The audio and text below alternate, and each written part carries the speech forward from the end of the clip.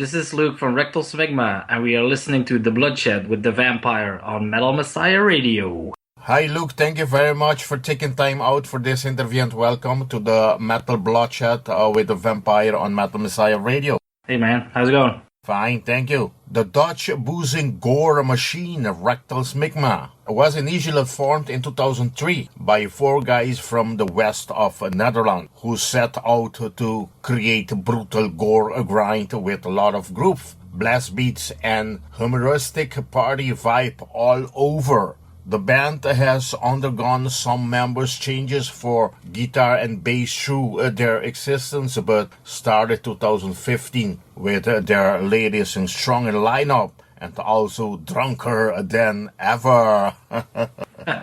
Yep. For those not familiar with Rectal Smegma, could you introduce yourself and the band? Luuk, please. We're Rectal Smegma, a gore grind band from the Netherlands. I myself have been in the band for about 5 years now, I think.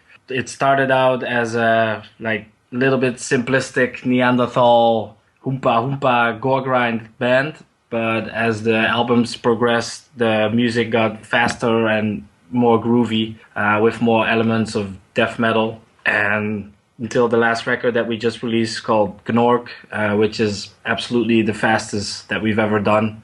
It's been an interesting evolution to see in the band to come from really retarded hoompa gore grind to fasting gore grind, which it is now. We still drink as much as ever, especially with the addition of Stijn, the latest guitar player. The drinking level is higher than ever. Okay, could you introduce the band member, please? Yes, on vocals we have Yannic. He is the big brain behind the band. He's always thinking of new things and ideas for us to do and other adventures to take us on and make new videos, make sure stuff gets done. On drums we have Walter, who writes the biggest part of the music, I think, because he plays guitar as well. On guitar is Stijn, the latest addition. He joined just like a year and a half ago now, I think, maybe a little bit longer. And he completed the band perfectly. Drinks just as much, maybe even more as the rest. Likes to party like we do and never complains, is very easygoing with everything and has an awesome sound and even got a Gnork themed guitar pretty much fixed, which together with the Mesa Boogie makes for the perfect Rectal Smegma sound. And I have been playing with them for 5 years now. I'm not sure how to introduce myself. I just play the bass and I book most of the shows as well because I have a booking agency. And I'm looking forward to all the adventures that we have planned for this year. Luuk, the band formed in 2003 under the name Carnal Rancidity, and just a month or 2 later you changed it to Rectal Smegma. What was the reason you guys did that and why to Rectal Smegma? Personally, as I was not part of the band, I cannot really answer this question, but in my opinion, Rectal Smegma is a much better name than Carnal Rancidity is. In my personal opinion, it really rolls off the tongue nice. If you say it like 5 times, it still sounds nice. I think especially it does something to people when they hear this name, even if they listen to metal or not. If they hear this name and they start to imagine what it means and what this would look like, people will always remember this name. I run into people that know Rectal Smegma that have nothing to do with metal, or I tell them the name and then the next time I see them they still ask me, hey, how's Rectal Smegma doing? So I think it was a very good idea to change to this name. How do you explain to people, especially not metalheads, when they ask what's the meaning of Rectal Smegma? It happens a lot that people don't even know what smegma is. So if I have to explain that, then they don't even want to know what rectal smegma is anymore. But I actually looked it up a little bit, the information about smegma, and you can have smegma on the penis, of course. You can also have vaginal smegma, I figured out. And the only way I think to get actual rectal smegma, this is going to get really nasty now, is to have smegma on your penis and then to have anal sex and leave some smegma in the anus. It's really disturbing. I asked you because, I went over and read the information about it. So I said, it's very interesting. I mean, and it's very tough, for you to decide to put your name like that. But like I say, it's if you like it, do it. Exactly. Yeah, it works perfectly for us. Like I said, a lot of people, it's easy to remember because it rolls off the tongue so nice, and people remember it because it's so fucked up. But we were, of course, not the first to come out with names like this. Before we started, cock and ball torture, for instance, was in existence already. So I guess going on that line of fucked up names, Rectal Smegma came out.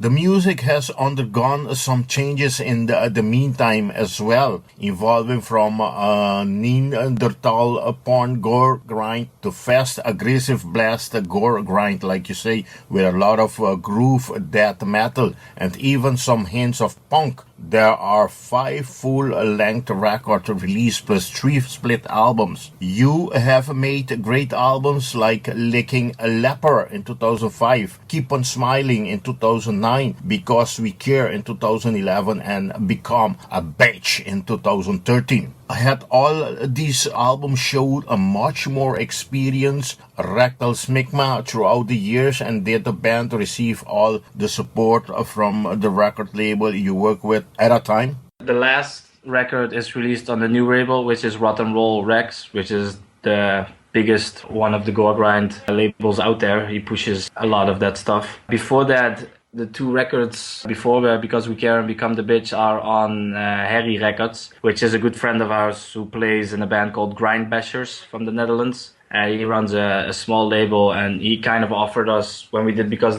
We Care deal with him, a very good deal because he didn't want anything of the profit. He took care of the sales for us and shipping stuff all over the world. Whoever wanted to order CDs or shirts, he took care of all of our merch. So that was a really nice deal. The only thing he didn't really have was a good distribution, so the record was maybe for some people quite hard to get. Okay, by the way, what I mean, did the band see throughout the years that with each album the band was getting stronger, faster, brutal? Yeah, I think when they started out, none of them were like super skilled musicians, just a bunch of kids wanting to party, drink, and play nasty fucking music. So this was the theme for like the first 2 albums for sure, and the splits that came out at that time. But with every album, we played more together, and as soon as we got to the final lineup now, the more you play together, the better you come playing, like the whole becomes a lot better. And because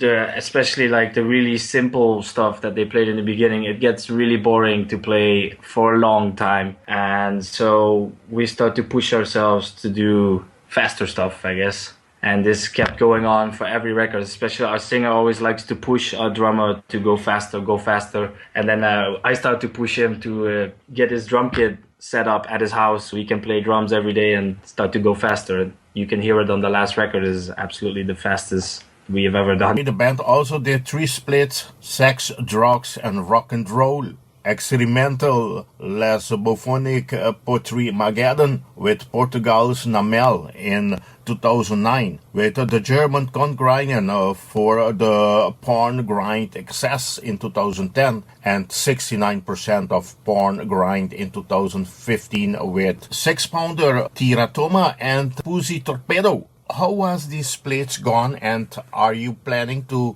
do a next split with one of these bands again, or any other bands? The first 2 splits I was not part of, so I can't really speak of that. The last split, well, we get asked to do splits quite often, so to say. I'm not sure why we chose to do this one at that time. I think it was mostly because we recorded, after Become the Bitch, we recorded one song to do a video with called Genophobia. We had just that song recorded, which was not on any release anywhere except for the Obscene Extreme sample CD. I think we put that. So we chose this song to do the split so that it was an official Rectal Smegma release, and we added 2 sort of digital remixes by a friend, electronic artists of ours. I don't think we would directly do a split with one of these bands again, not really for any particular reason, but if we do get a lot of requests all the time to do splits, but in general we prefer to focus on a full-length album because that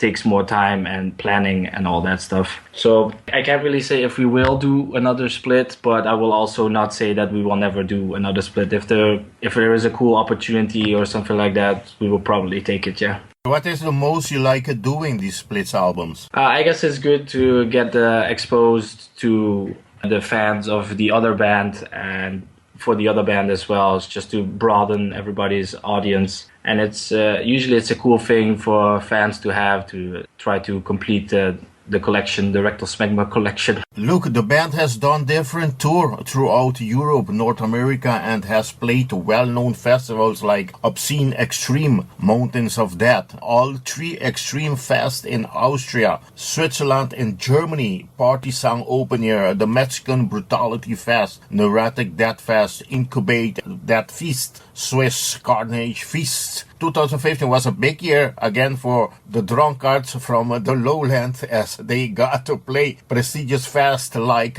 Brutal Assault, Gar City 2, Ranger Rock, Metal Frenzy Open Air, Inflaming Open Air, and Summer Breeze, to say some name, and not to forget the Obscene Extreme Asia Tokyo. How do you like being on the road, and how do you manage to play all these great festivals? And tell us about your tour done in Japan for the Extreme Fest Asia. The main thing I think for everyone ever to be in a band, I suppose, is either to write good music or to play live, or both. Some people don't ever play live with their bands, of course. But for us, it's the best thing to do is to be out on the road and to play in front of people that like this crazy sick music and like to party with us when we play. Especially the festivals are good for that, of course, because there is many more people than there would be at a regular club show pretty much anywhere.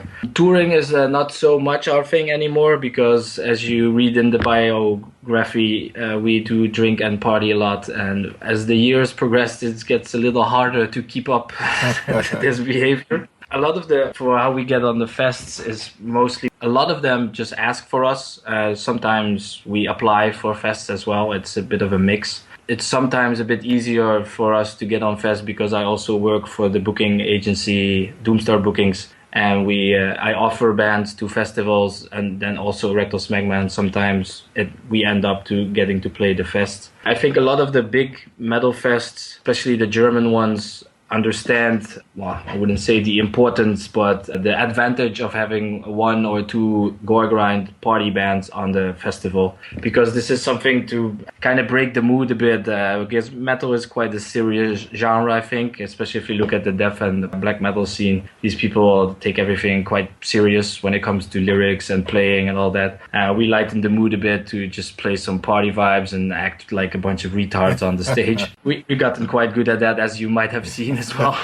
And especially, well, the Asia tour, it was always a dream of mine to visit Japan someday, and if I could do it with a band, that would be even better. And because I have done all the European tours of Coffins in Europe, the Coffins old singer Rio does tours like underground music in Japan as well. So I asked him if it was possible sometime to come and tour in Japan, and he said yes, if you can get on the Obscene Extreme. And so I asked Kirby if we could be on the Obscene Extreme Asia, and yeah, that was okay. So we got everything sorted and went to Japan for, I think it was like 9 or 10 days. We hung out in Tokyo for the weekend first and saw a whole bunch of crazy shit.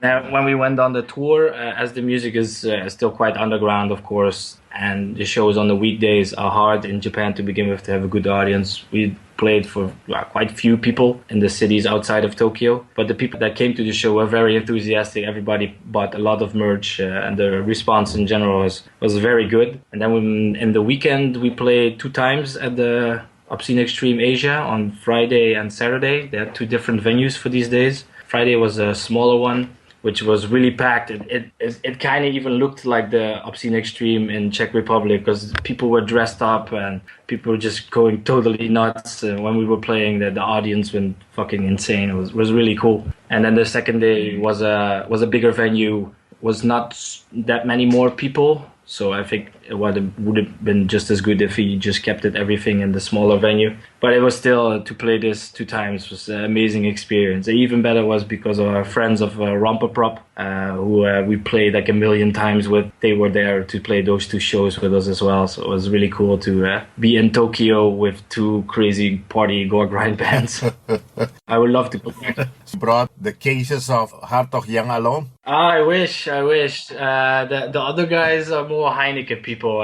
The singer and the drummer are all over the Heineken, but me and the guitar player would love to have the Hertog Jan. Yeah. But we just drank the local beer there. I have no idea what it was called anymore.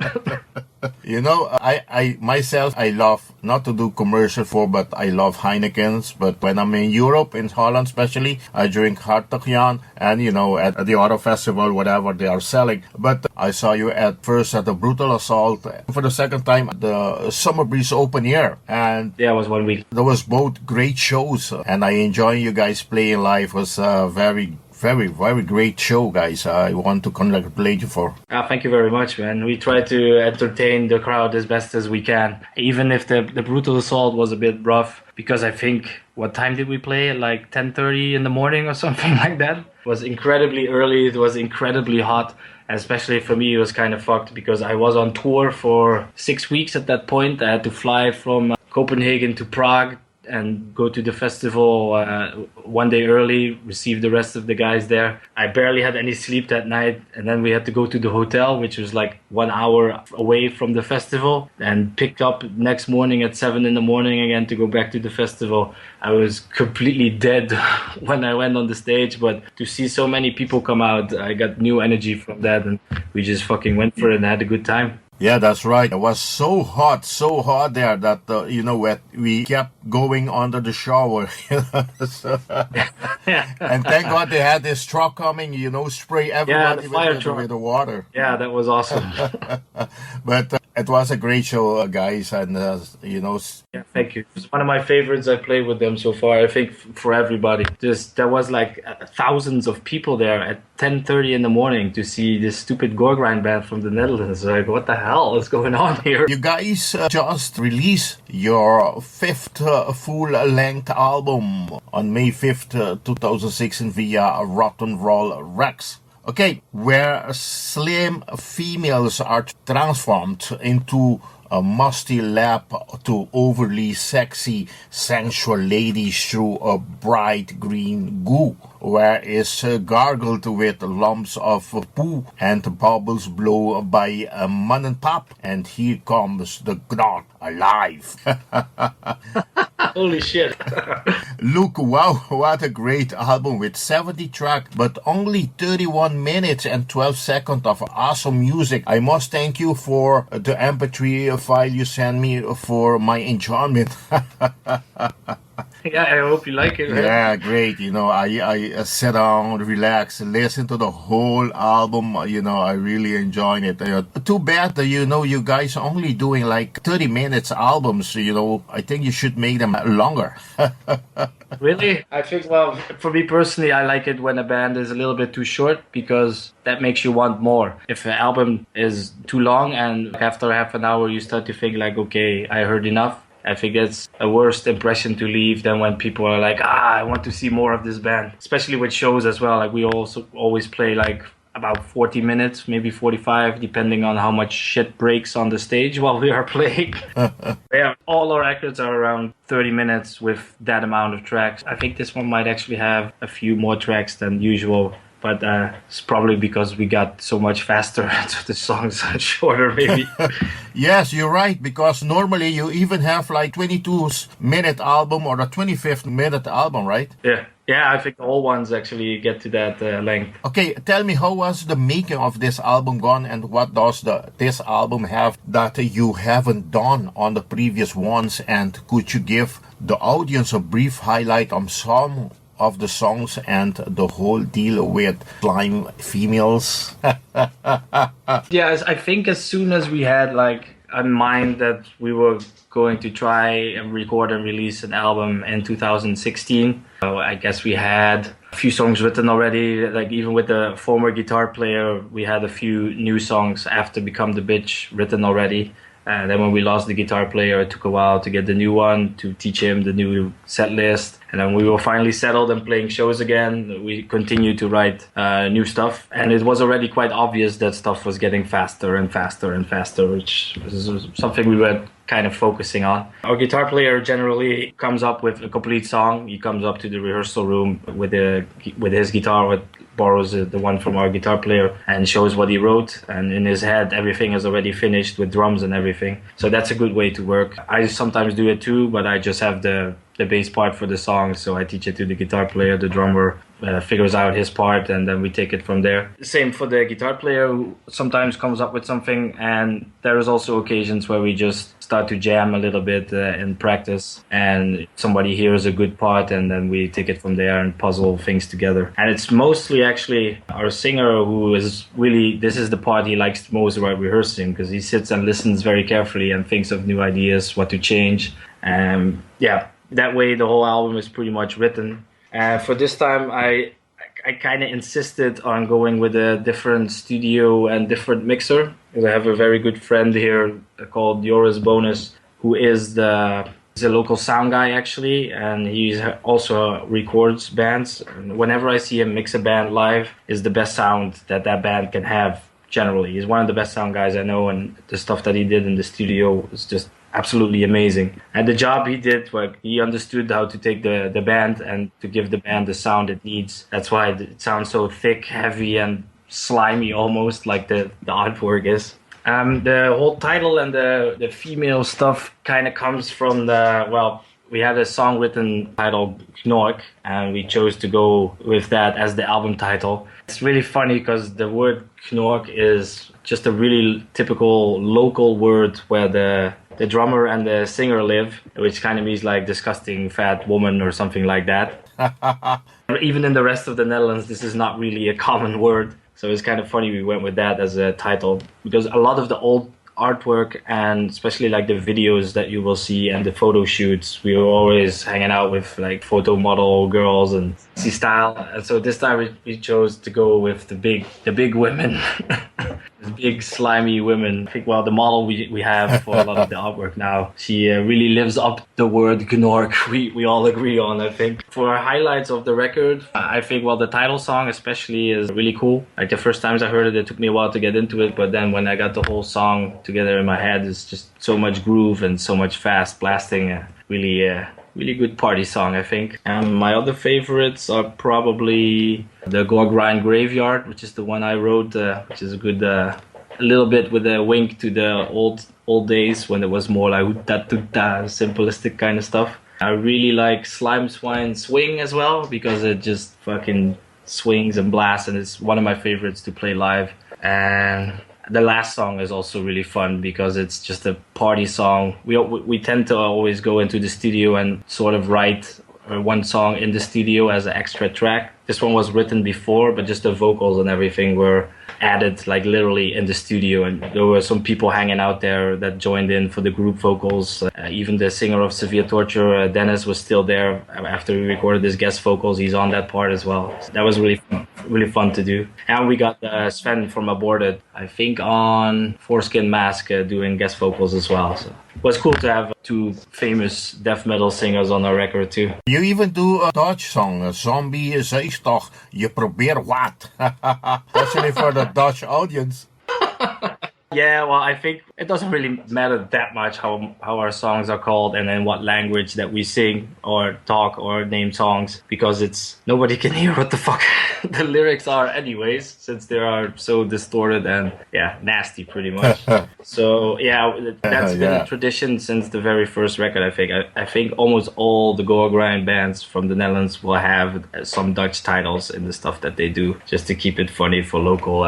Especially this title is, I think usually how the song title is made up is somebody says something funny and then we try to remember it as a song title, and then that the addition of je probeert wat, you try something. It was just a expression whenever we did something stupid, like eat a bunch of coins at the festival for no reason. It's just je probeert wat, you try something.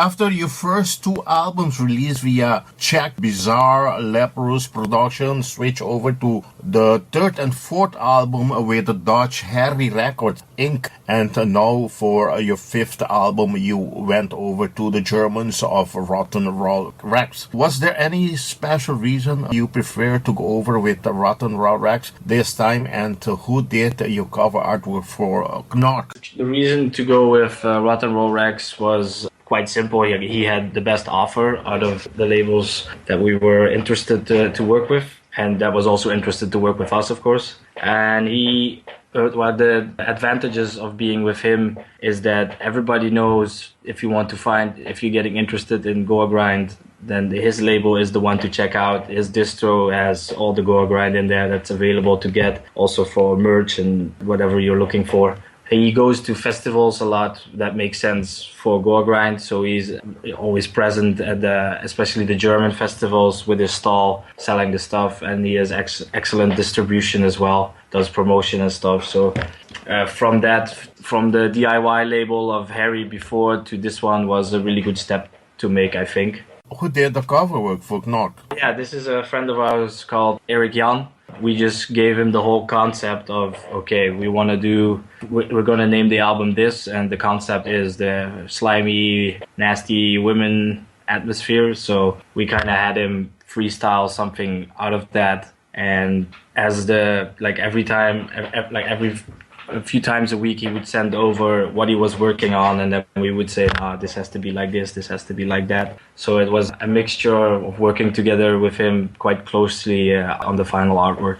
Is Eric Jan the same one who did Become the Bitch as well? No, this was an artist. Now I can't remember the name right now. There is a mail order catalog in the Netherlands called The Large, and the cover art for that is always made by the guy that drew all this stuff. We were looking for artists to come up with, I don't know if you saw the actual CD, but it's like a 5-panel fold-out album.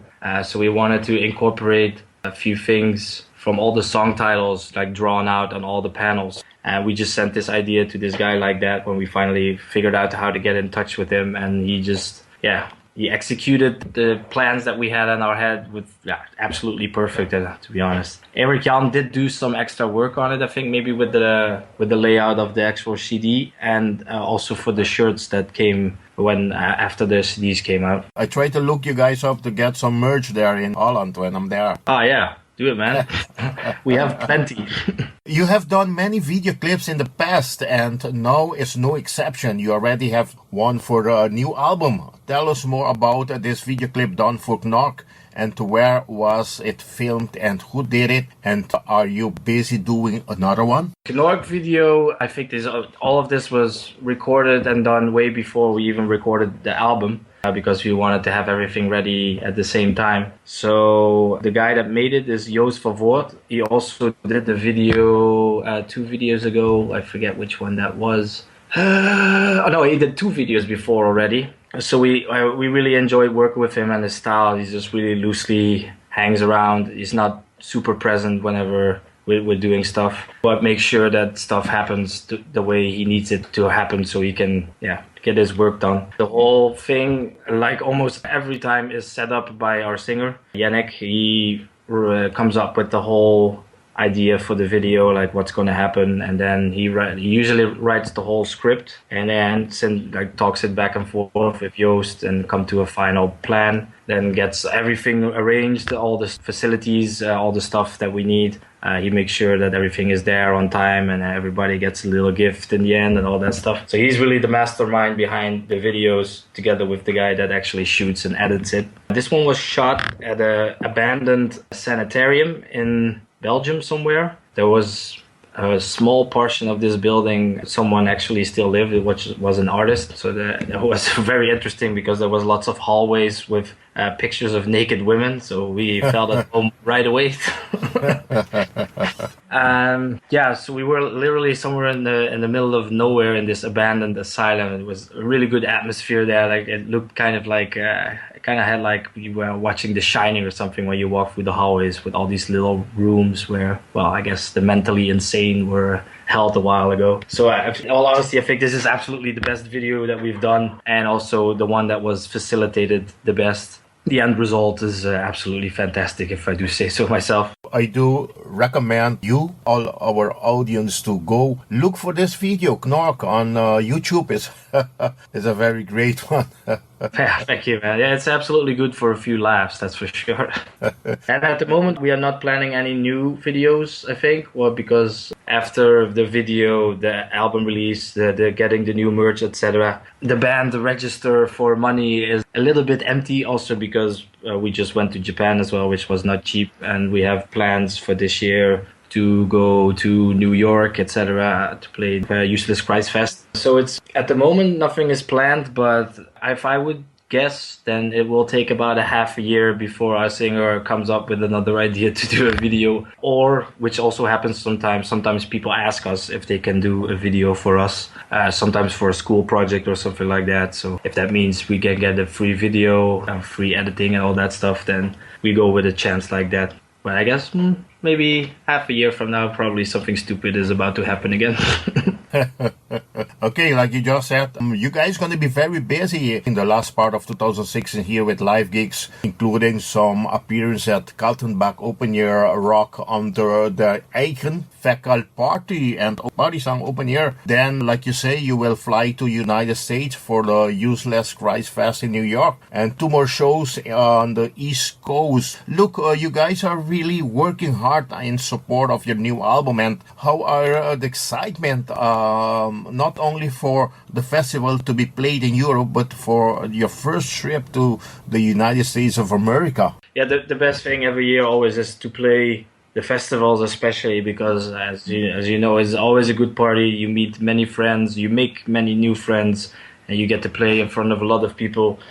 Generally, merch sales are it depends on the festival. Sometimes they are a lot better, sometimes not so much. Depends on how big the festival is. The bigger the festival is, less merch you sell usually. So yeah, especially August is a very good one for us because we play a festival like 3 out of the 4 weekends in August. Yeah, New York was, we tried to do one new sort of exotic for us country every year, just to broaden the audience and to have, most importantly, have a good experience for ourselves, to something that we can put on the list of crazy things happening for Rectal Smegma. So this year we're going to try and go for we are going to go for New York. Our tickets are already booked, so that's absolutely happening. I have another offer, almost 100% confirmed now, for October to go play Moscow again. We've played there a few years ago. It was absolutely amazing experience with very nice people that took really good care of us. So I'm really stoked to go back there again. And then there is I hope that I can announce it next week, but there's a tour in the works, a 10-day tour through Europe with a well-known brutal death metal band from USA. And it's fully booked. I just need to confirm a few more productional details for it. I hope we can announce it next week. That's another little highlight for it, I think, especially because we didn't do a European tour after the last record at all.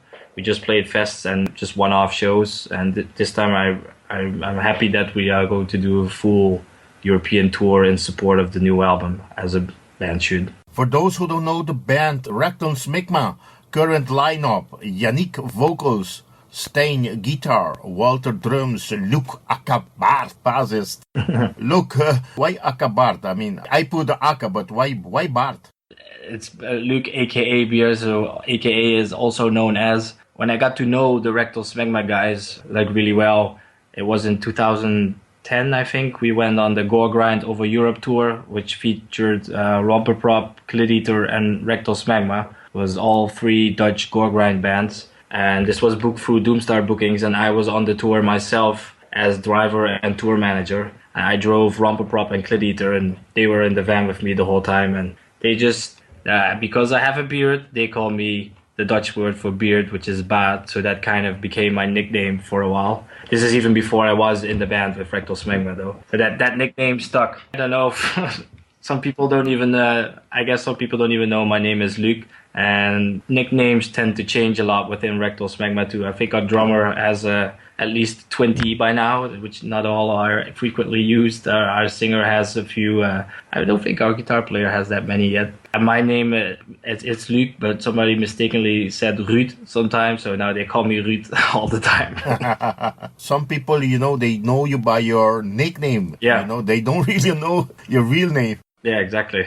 Look, my last question to you. How do you see the metal scene in the Netherlands lately? Well, as I tour Europe a lot, it's easier for me to compare it to other countries. I think, especially in the Netherlands, people are a bit spoiled, maybe, because almost every band that does a European tour comes to play in the Netherlands. I myself live in Tilburg, where the metal scene is quite concentrated, and a lot of the big and also the smaller tours come here. If you play in the Netherlands, it's usually one of the lesser enthusiastic crowds to go play to, because everybody has seen everything like 1,000 times already. So in that way, it's not the best. If you compare it to, especially for us, the Netherlands is one of our least favorite countries to play in. Even though I do have to say, like the last 2 or 3 years, this has gotten less like that, because whenever we play, there is always a mosh pit and a party. There's never a time that we play that everybody just stands there and claps after the end of the song. There's always something going on. But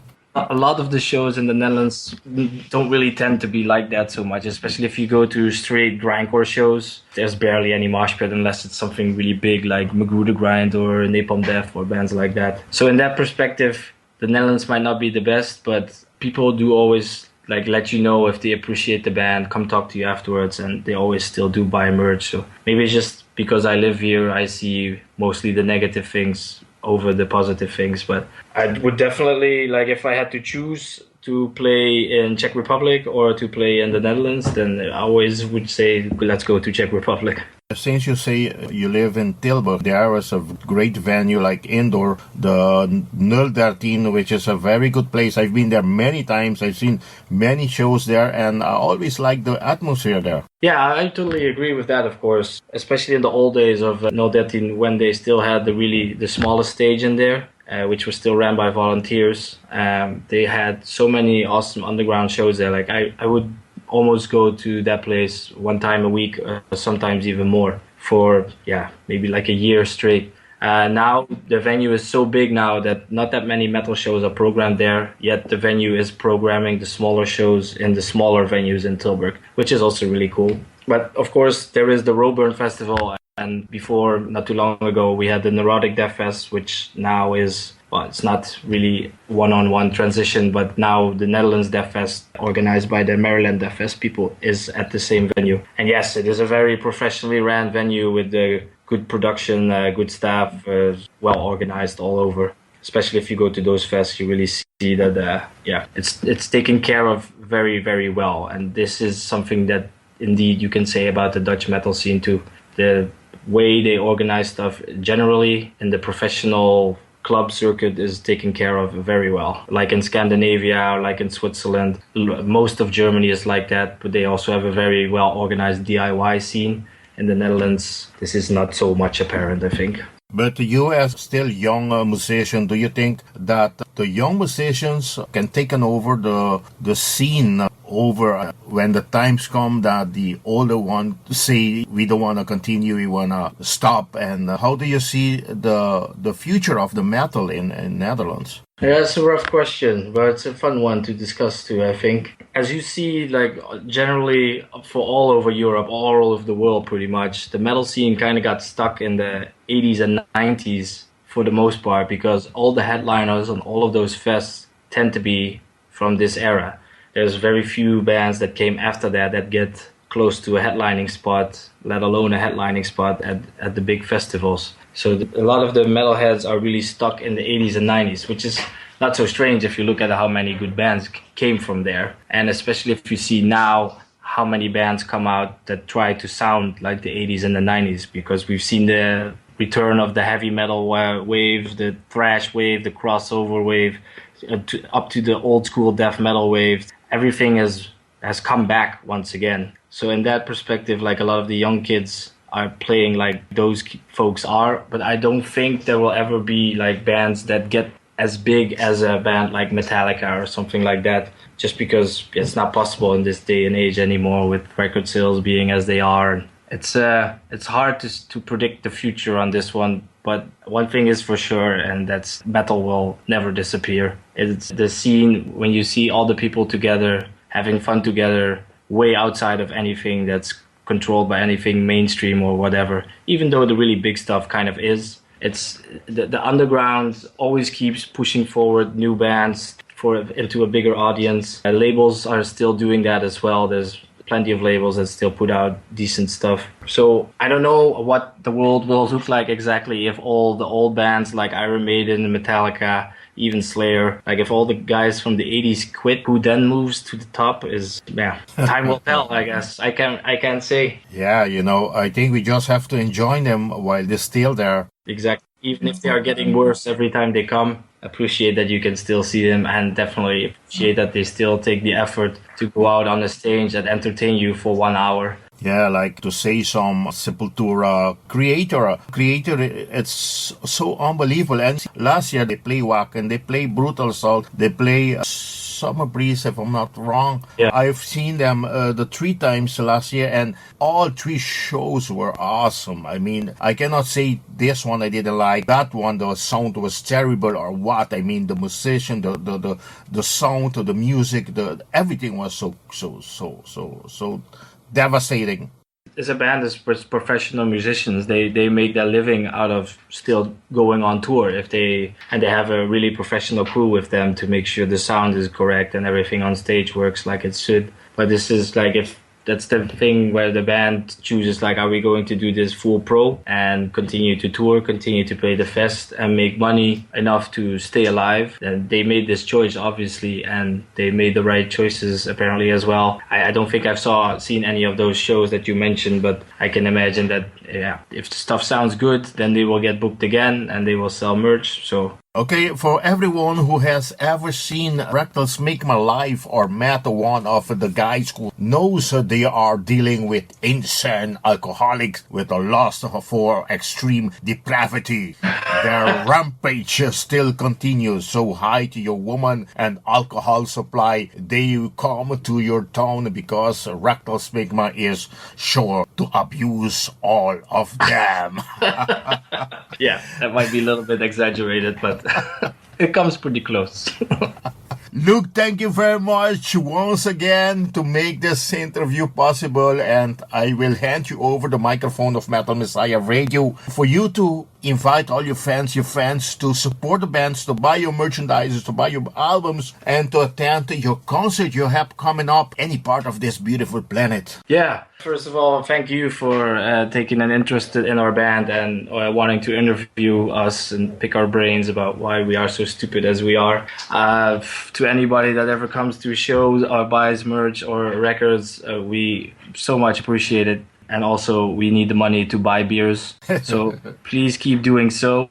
Please come and hang out with us whenever you can. We hope to see everyone on the upcoming summer festivals and the tour, the people in America, Moscow, and wherever else we're going to go. Don't be shy. Come hang out. Have a beer with us. We won't bite. We might spit. Luuk, all the best with the tours you have coming up. All the best with the band. All the best with your new album, Gnork. And yes, thank you very much. You too. And I hope we can share a beer at Wacken this year. Hell yeah. Yeah, man. So like I always say, metal on. Bye-bye, man. Cheers, bro. Alive.